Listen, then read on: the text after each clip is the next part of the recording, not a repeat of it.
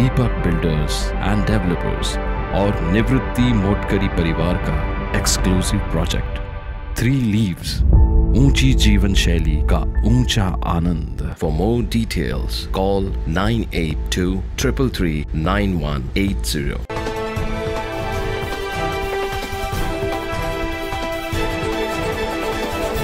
नाशिक पूर्वचे आमदार राहुल ढिकले यांच्या आमदार निधीतून साकारण्यात येणाऱ्या विकास कामांच्या भूमिपूजनाचा धडाका कायम आहे। नाशिक पूर्व विधानसभा मतदारसंघात येणाऱ्या सर्व भागात विकास कामांबरोबरच परिसर गुन्हेगारी मुक्त व्हावा यासाठी आमदार राहुल ढिकले नेहमीच प्रयत्नशील असतात।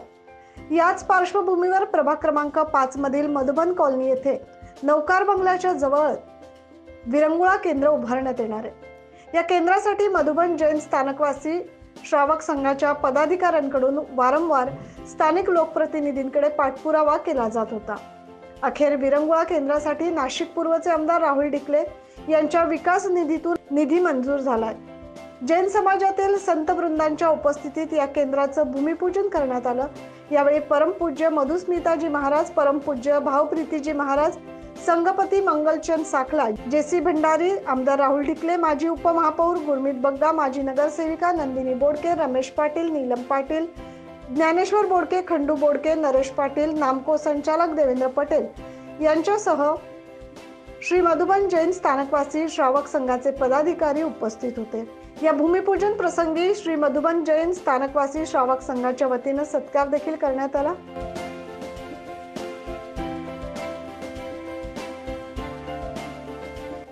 या प्रसंगी मान्यवरांनी आपले मनोगत व्यक्त केले। या सर्वांनी ह्या गोष्टीसाठी प्रचंड फॉलोअप केला आणि बऱ्याचशा अडचणी पण आल्या होत्या, पण त्या अडचणींवर मात करून हे स्थानक होणं होतं। शेवटी एखादं काम एखाद्याच्या प्रारब्धात असतं। आपण तसे ना पुण्याई तुमची भाग्यवंत आहात, तुमच्याच हाताने होणार होतं। मी राहतो राम मंदिरासमोर, माझा जन्म गोकुळ अष्टमीचा आहे आणि मी 15 शंकराचे मंदिर बांधले आणि 8 स्वामी समर्थ केंद्र बांधले आणि आता हे जैन स्थानक। आणि जैन स्थानकच फक्त बांधलं नाही आपण, तर गजपंथ मसरूळ इथे स्टॉर्म वॉटर ड्रेनेजवर रस्ते कॉन्क्रीटीकरण करण्यासाठी 75 लाख रुपये निधी दिला, मंजूर झाला। चांबर यांनी इथे पाईपलाईन टाकली, वरती शुद्ध पाणी जात नव्हतं, 1 कोटी रुपये काम चालू आहे। दुसरं, नाशिक रोडला जैन स्थानकात जर तुम्ही गेले तर जैन स्थानक कुठे तेच कळत नव्हतं, शोधावं लागायचं। म्हणून तिथं मेन रस्त्यावर 25 लाखाची आपण कमान घेतली, जेणेकरून कमान बाबून लोकांना कळेल तिथं जैन स्थानक आहे। जैन स्थानकाची नावाची मोठी कमान आपण नाशिक रोडला धरलेली आहे आणि आता इथं 25 लाख दिलेत, पण मला वाटत नाही 25 लाखात होईल। तर आमचा परत एक निधी आता येतोय, तर काय ते आर्किटेक्ट बरोबर बसून काय लागेल सांगा, 2 दिवसात मला साहेबांना सांगून। सर्व पंचवटीच्या महाराज साहेब आमदारांच्या निधीमधनं खूप कामं झाली, आमच्याही निधीमधनं खूप कामं झाली आणि खूप हॉलही उभे राहतात। पण ह्या हॉलचं वैशिष्ट्य एक वेगळं असणार आहे, कारण ह्या हॉलमधून अहिंसेचा, धर्माचा एक संदेश जाणार आहे।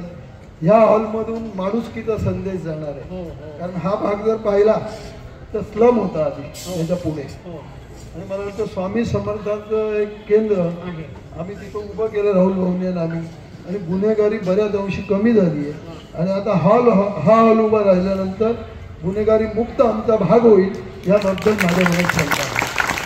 धार्मिक ठिकाणी जन्मलेले राहुलजी आहेत, तर मी असं सांगेन, पण राहुलजी बरोबर आले आमचे गुरु गुरमीत गुरु आले, तुमच्याही नावावरती गुरु आलंय आणि खरंच गुरु आहात आपण। आणि आमचे दुसरे हे ज्ञानेश्वर आलेले आहेत आणि आरारच्या रूपाने राम आलेले आणि त्याच्यावर आता निवडून देवेंद्र आलेले, इंद्राचे इंद्र देवेंद्र आणि या दोन्ही सुना यांनी आपल्या जीवनाचं हे सेवा करून सोनं केलेलं आहे।